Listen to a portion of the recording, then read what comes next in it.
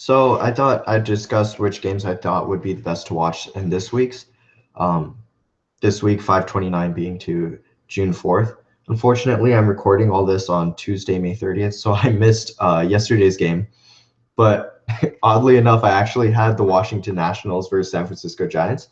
Um, but for different reasons than what actually happened. I had because Tanner Roark and Matt Moore, they're both underachieving pitchers this year, but they both have really good stuff. And I think Matt Moore has been getting control of his pitches a lot better in his last two starts. And Tanner Roark is undefeated against the Giants in the regular season.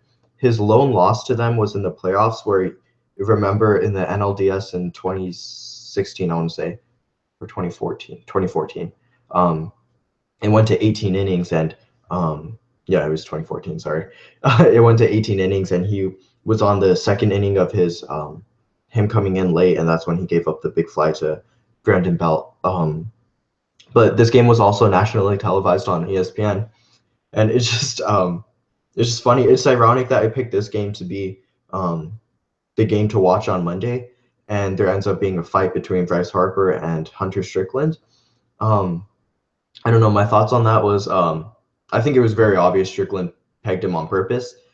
Um, Kind of dumb on his part. I think the Giants should take action if the MLB doesn't.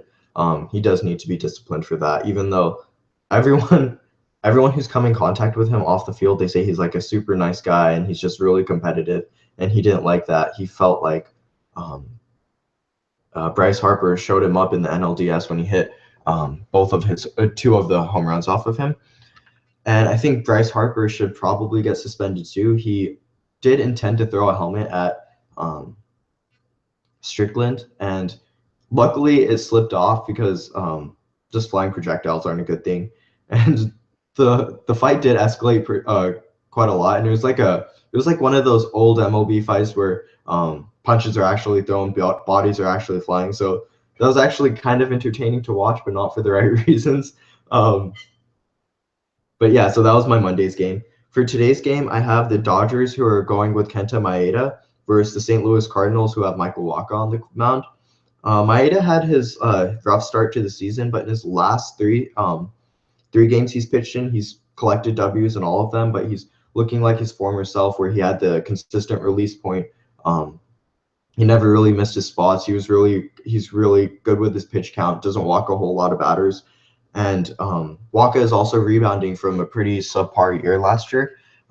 He had a really tough 2016, which is understandable. I think he was coming just off of injury, and when you're a flamethrower and you're coming off of injury, it's just hard to get your full strength back and take advantage of that fastball that he used to dominate for so long.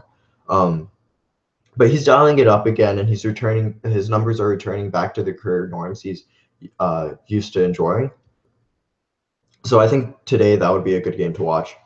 Tomorrow I have the Philadelphia Phillies and Miami Marlins, two kind of the under the radar pitchers going, Aaron Nola and Dan Straley. But both of them are having really productive years. They're still quiet seasons, but still productive. And it's just nice to see those lesser known names kind of take the mound and hopefully pitch a good game.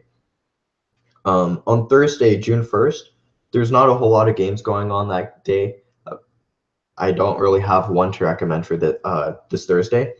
On Friday, the Washington Nationals face the Oakland Athletics. It's Max Scherzer versus Andrew Triggs, and kind of people are like the Oakland Athletics early.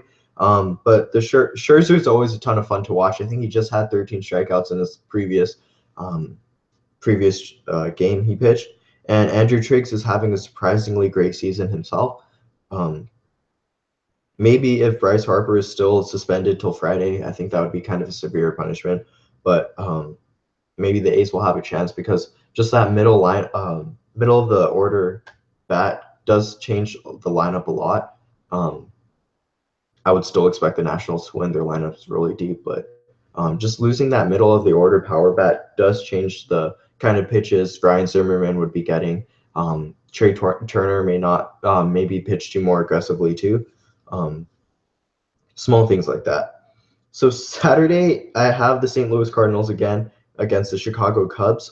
This is Mike Leake, who has like a 1.91 ERA this season. He's pitching phenomenally, and John Lester, who's obviously he's probably a Hall of Famer at this if he continues to have durability for a few more years.